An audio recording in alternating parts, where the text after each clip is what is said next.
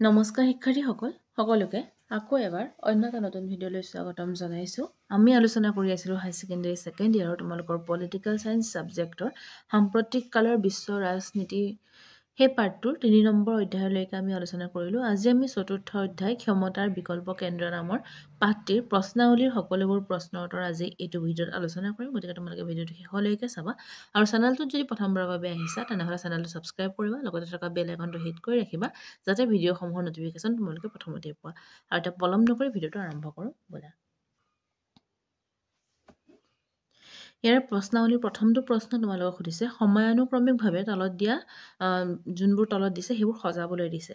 ঠিক আছে, প্ৰথমতে আহিব EECC প্ৰতিস্থাপন, তাৰপিছতে আহিব ইউৰোপীয়ান ইউনিয়ন প্ৰতিষ্ঠান, তাৰপিছতে আহিব ARFৰ জন্ম আৰু তাৰপিছতে ক নম্বৰটো হ'ব চীনৰ বিশ্ব বাণিজ্য সংস্থাত যোগদান। ঠিক আছে, এইখিনি কিমান চনৰ পৰা কিমান চনত কৰা হৈছিলে ইয়াতে চনখিনি উল্লেখ কৰি দিয়া হৈছে, তোমালোকে চাই লোৱা। এইখিনি এনেকৈ মনত ৰাখিবলৈ চেষ্টা কৰিবা। ইয়াৰ পিছৰটো প্ৰশ্ন তোমালোকক সুধিছে এছিয়ান পথৰ অৰ্থ হ'ল। এছিয়ান পথৰ অৰ্থ হ'ল বুলি এটা চাইড তোমালোকক অপশ্যন দিছে, অপশ্যনৰ পৰা শুদ্ধ উত্তৰটো বাছি উলিয়াব লাগে। গতিকে ইয়াৰ শুদ্ধ উত্তৰটো হ'ব যে এছিয়ান পথৰ অৰ্থ হ'ল এছিয়ান সদস্যসকলৰ জীৱনশৈলীৰ প্ৰতিফলন। ঠিক আছে, পিছৰটো প্ৰশ্ন চাওঁ।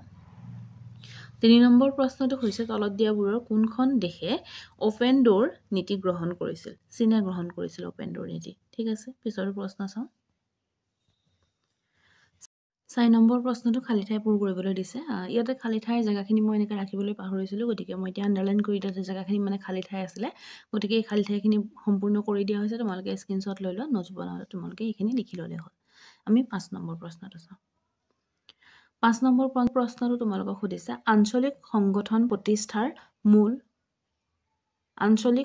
প্ৰতিষ্ঠাৰ উদ্দেশ্য কি? উত্তৰ তোমালোকে লিখিব পাৰা। আঞ্চলিক সংগঠন প্ৰতিষ্ঠাৰ মূল উদ্দেশ্য হ'ল একোটা অঞ্চলৰ ঐতিহাসিক, ভৌগোলিক আৰু প্ৰাকৃতিক সম্পদৰ সুযোগ সুবিধা গ্ৰহণ কৰি দেশসমূহৰ মাজত সহযোগিতা আৰু সমন্বয়ৰ এক নব্যধাৰা গঢ়ি তোলা।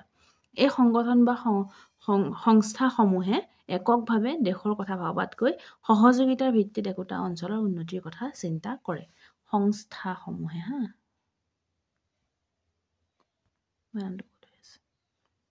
ঠিক আছে, আমি এতিয়া পিছৰটো প্ৰশ্ন চাওঁ। ৬ নম্বৰ প্ৰশ্নটো সুধিছে আঞ্চলিক সংগঠন গঠনত ভৌগোলিক প্ৰভাৱ কি? উত্তৰটো লিখি দিয়া হৈছে, তোমালোকে স্ক্ৰীনশ্বট লোৱা, ধুনীয়াকৈ লিখি ল'বা, ইমানখিনি পঢ়ি নাথাকোঁ। ঠিক আছে, আনচাৰটো লিখি ল'লে হ'ল তোমালোকে। ৭ নম্বৰ প্ৰশ্নটো হৈছে এছিয়ান 2020 চনৰ মানে 2020 চনৰ উপাদানবোৰ কি কি? উত্তৰ লিখিব পৰা এছিয়ানে এক অতি গুৰুত্বপূৰ্ণ আঞ্চলিক সংগঠন হিচাপে দ্ৰুতভাৱে বৃদ্ধি পাইছে। এছিয়ানৰ লক্ষ্য 2020 বা 2020 আন্তঃৰাষ্ট্ৰীয় ক্ষেত্ৰত এছিয়ানৰ বাবে বহিৰ্মুখী দৃষ্টিভংগীৰ ভূমিকা নিৰ্ধাৰণ কৰিছে। লিখি দিবা। ইয়াৰ উপাদানসমূহ হ'ল বহিৰ্মুখী দৃষ্টিভংগী, শান্তিপূৰ্ণ সহাৱস্থান অটকাৰক হৈ যায় ইয়াতে, সুস্থিৰতা আৰু উন্নয়ন, পাৰস্পৰিক সহযোগিতা আৰু উপাদানসমূহেৰে এছিয়ানৰ ৰাষ্ট্ৰসমূহৰ বিভিন্ন ক্ষেত্ৰত উন্নতি আৰু পাৰস্পৰিক সহযোগিতা বৃদ্ধি কৰা। পিছৰটো চাওঁ।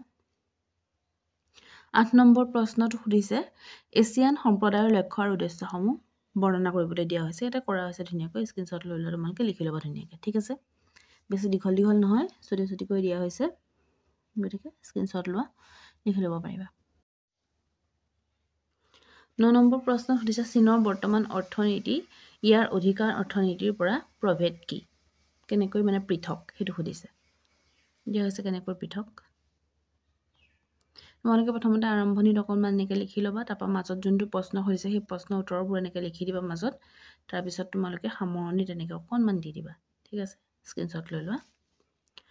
নোটছ বনাইছা নাই? তোমালোকে পঢ়িছা নাই? তোমালোকৰ প্ৰিপাৰেশ্যন কেনে চলি আছে বৰ্তমান? তোমালোকৰতো ৰুটিন দিলে, ৰুটিনখন পাইছানে? মানে প্ৰগ্ৰেমখন যোনখন তোমালোকৰ পৰীক্ষাৰ প্ৰগ্ৰেম এখন পাইছানে? আমাৰ ইয়াতে দিয়া আছে, আমাৰ চেনেলত দিয়া আছে, তোমালোকে চাই ল'বা। আৰু লগৰ বন্ধু বান্ধৱীৰ সৈতেও ভিডিঅ'টো শ্বেয়াৰ কৰা, যাতে যাক প্ৰয়োজন আছে তেওঁলোকে ভিডিঅ'টো পায়, আৰু ভিডিঅ'টোত লাইক কৰিবা। তোমালোকে কৰা লাইকসমূহে আমাক ভিডিঅ' বনাবলৈ উৎসাহিত কৰে। লগতে কমেণ্ট বক্সত কমেণ্ট কৰি জনাবা তোমালোকৰ বাবে কেনেধৰণৰ ভিডিঅ' লৈ আহিব লাগে। 10 নম্বৰ প্ৰশ্নটো তোমালোকক সুধিছে চীনৰ সাম্যবাদী বিপ্লৱৰ নেতা কোন আছিলে উত্তৰটো হ'ব চীনৰ সাম্যবাদী বিপ্লৱৰ নেতা আছিল মাও ছে তুং আমি পিছৰটো প্ৰশ্ন চাওঁ 11 নম্বৰ প্ৰশ্নত তোমালোকক সুধিছে ইউৰোপৰ দেশসমূহে দ্বিতীয় বিশ্বযুদ্ধৰ পিছত সমস্যাবোৰ কেনেদৰে সমাধান কৰিছিল ইউৰোপীয় সংঘ গঠনৰ প্ৰচেষ্টা আলোচনা কৰা ইয়াৰ প্ৰশ্নসমূহ তোমালোকৰ পাঠ্যপুথিৰ প্ৰশ্নতকে দুই এটা শব্দ বেলেগো তোমালোকে পাব পাৰা বা বেলেগ কৈ থাকিব পাৰে কাৰণ এখন কিতাপখনৰ পৰা মই যোনখিনি প্ৰশ্ন লৈছিলোঁ সেই কিতাপখন পুৰণি আছিলে নতুন কিতাপত শব্দবোৰ অকণমান সলনি কৰি দিছে কিন্তু উত্তৰবোৰ একেই হ'ব গতিকে তোমালোকে সেইটো চিন্তা নকৰিবা যে প্ৰশ্নটো বেলেগ উত্তৰ বেলেগ হ'ব তেনেকুৱা কোনো কথা নহয় প্ৰশ্নটো এনেদৰে সুধিছে অকণমান খালি কিবা এটা বেলেগ হ'ব পাৰে কিন্তু প্ৰশ্ন একেখিনি ঠিক আছে গতিকে তোমালোকে হেতুলৈ চিন্তা নকৰিবা যে প্ৰশ্ন বেলেগ আছে ইয়াতে বেলেগ নাই প্ৰশ্ন একেই আছে ঠিক আছে গতিকে এইখিনি তোমালোকে স্ক্ৰিনশ্বট লোৱা ইয়াৰ পৰা নোটছ বনাবা ইয়াৰ তোমালোকে স্ক্ৰিনশ্বট লৈ লোৱা 12 নম্বৰ প্ৰশ্নত সুধিছে ইউৰোপিয়ান সংঘক এটা প্ৰতিভাসম্পন্ন আঞ্চলিক সংগঠন হিচাপে গঠন কৰা হ'ল এই আঞ্চলিক অৰ্থনৈতিক সংঘক শক্তিশালী কৰাৰ ওপৰৰ উক্তিটো প্ৰতিপন্ন কৰা হৈছে স্ক্ৰিনশ্বট লোৱা ধুনীয়াকৈ লিখা পৰীক্ষাৰ কাৰণে এতিয়া পাই পঢ়া ধুনীয়াকৈ ঠিক আছে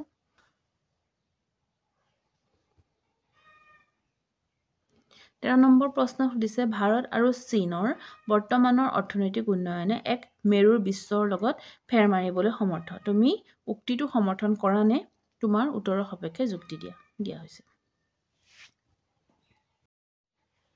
এইখিনি স্ক্ৰিনশ্বট লৈ লোৱা মই এতিয়ালৈকে PDF দিয়া তেনেধৰণৰ কোনো একো মানে ভবা নাই যদি পাছলৈ দিওঁ মই তোমালোকক জনাম যদি মই PDF দিওঁ গতিকে PDF যেতিয়ালৈকে নিদিওঁ তেতিয়ালৈকেতো তোমালোকে এনেই থাকিব নোৱাৰা স্ক্ৰিনশ্বট লৈ পেলাই তোমালোকে লিখা আৰম্ভ কৰা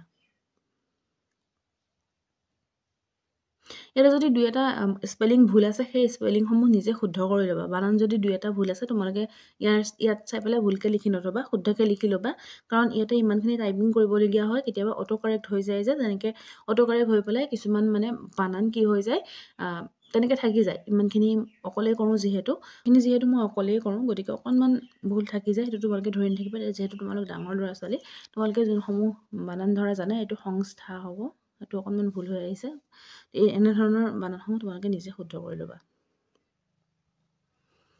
আৰু এইটোৱে আছিলে আজি শেষৰটো প্ৰশ্ন গতিকে ভিডিঅ'টো চাই কেনে পালা জনোৱাৰ লগতে লগৰ বন্ধু বান্ধৱীৰ সৈতে ভিডিঅ'টো শ্বেয়াৰ কৰিবা কেনেধৰণৰ ভিডিঅ' লাগে সেইটো কমেণ্ট বক্সত লিখি জনাবা আৰু তোমালোকে ভিডিঅ'টো শেষলৈকে চাবৰ বাবে তোমালোকক বহুত বহুত ধন্যবাদ